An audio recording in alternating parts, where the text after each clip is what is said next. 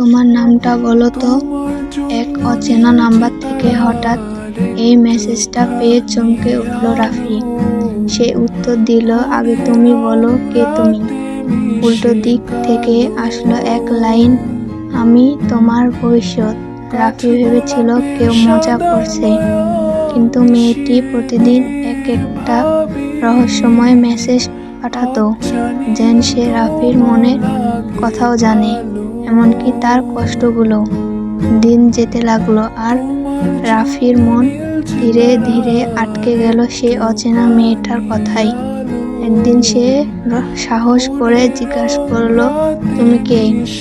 কেন এত কিছু জানো আমার সম্পর্কে? উত্তর এলো, আমি সেই মেয়ে যাকে তুমি একবার রাস্তায় পাশে কাঁদতে দেখে এক বোতল পানি দিয়ে চলে গেছিলে।